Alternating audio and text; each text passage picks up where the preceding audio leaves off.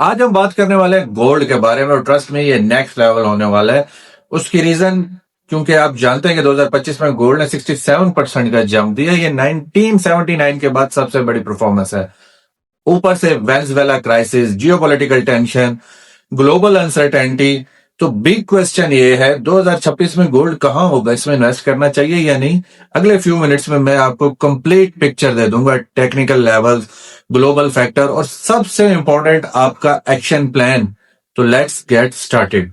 2025 की गोल्ड की जर्नी को देखें तो ये स्टार्ट हुआ 26-15 से, दिसंबर एंड पे पीक पे गया 45-50 पे और अभी करंट प्राइस है 43-32 पे। तो टोटल गेन हुआ 67%।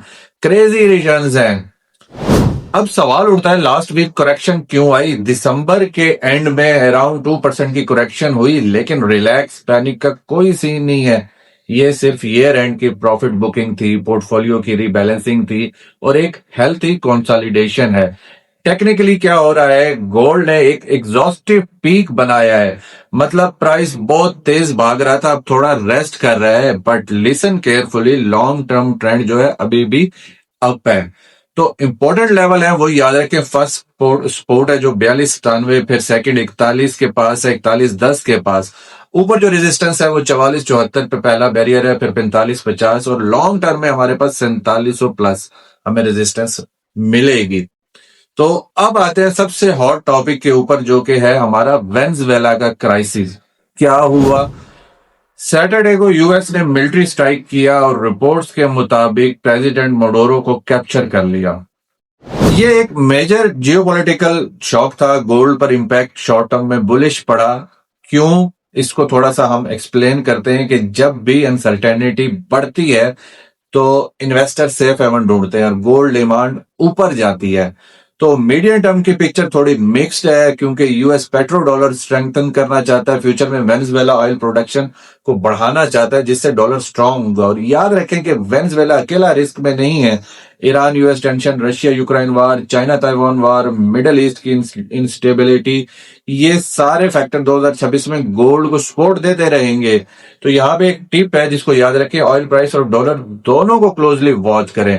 अब थोड़ा मैक्रो पिक्चर समझते हैं। यूनाइटेड स्टेट के हवाले से जो हमारे पास पॉजिटिव सिग्नल है उसमें जॉब मार्केट स्ट्रांग है, जॉबलेस क्लेम सिर्फ 199 के पे है, हाउसिंग सेक्टर इंप्रूव हो रहा है। तो उनकी हमारे पास नेगेटिव साइड भी है कि अनएम्प्लॉयमेंट 4.6 पे स्टक है, मैन्युफैक्चरिंग जो है वो भी वीक है 48 पे। फेड के अंदर भी थोड़ा सा कंफ्यूजन है। रोल फेड का बहुत इंपॉर्टेंट है 2026 में, रेट कट एक्सपेक्टेड है। और यूरोप की बात करें तो इन्फ्लेशन धीरे धीरे कूल हो रही है, मैन्युफैक्चरिंग कॉन्ट्रैक्ट कर रही है, ईसीबी के रेट कट की तरफ जा सकता है। लेकिन एशिया और चाइना में अगर हम देखें तो पीएमआई 50.1 थोड़ा रिबाउंड है, लेकिन इंडस्ट्रियल प्रॉफिट डाउन है 13%। इंडिया मैन्युफैक्चरिंग पीएमआई 55 है, ग्रोथ स्टेबल है लेकिन थोड़ी स्लो है। डॉलर स्ट्रांग होगा, गोल्ड वीक होगा, डॉलर वीक होगा, गोल्ड स्ट्रांग होगा। क्रिटिकल लेवल है 97.37। अगर डॉलर यहां से नीचे ब्रेक करता है तो गोल्ड के लिए सुपर बुलिश है। अगर डॉलर 100 प्लस चला गया तो गोल्ड पर प्रेशर बढ़ जाएगा। अभी डॉलर रेंज बाउंड है, नेचुरल जोन में है और जो यूएस के यील्ड्स है वो करंट 1.91 पे है। इसकी इनवर्स रिलेशनशिप बनती है, की लेवल 1.92 है, बिलो 180 के बुलिश है, 2 से ऊपर बेरिश है। राइट नाउ दोनों लेवल टेस्ट हो रहे हैं, लेकिन नेक्स्ट 2 to 4 वीक डिसाइड होंगे कि हमने किस तरफ जाना है, इसने कहां लेके जाना है हमें। अब आता है सबसे इंपॉर्टेंट पार्ट, 2026 का आउटलुक। बुलिश फैक्टर जो है वो स्ट्रॉन्ग साइड में है, जियोपॉलिटिकल रिस्क हाई रहेंगी, सेंट्रल बैंक्स गोल्ड खरीद रही हैं, फेड रेट कट एक्सपेक्टेड है, इन्फ्लेशन का जो कंसर्न है वो भी जिंदा है, टेक्निकल भी हम अप ट्रेंड में है। तो लॉन्ग टर्म का टारगेट 4700 से 5000 का है।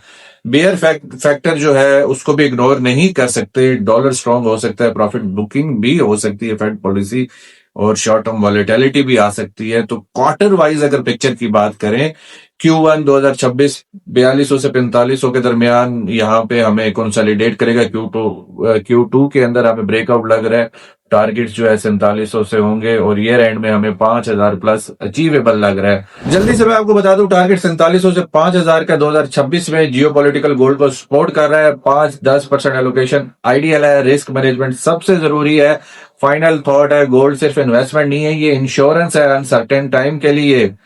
अगर वीडियो आपको हेल्पफुल लगी है, लाइक करो, शेयर करो, सब्सक्राइब करना तो बिल्कुल मत भूलना। कमेंट में बताओ आप ऑलरेडी गोल्ड में हो या प्लानिंग कर रहे हो।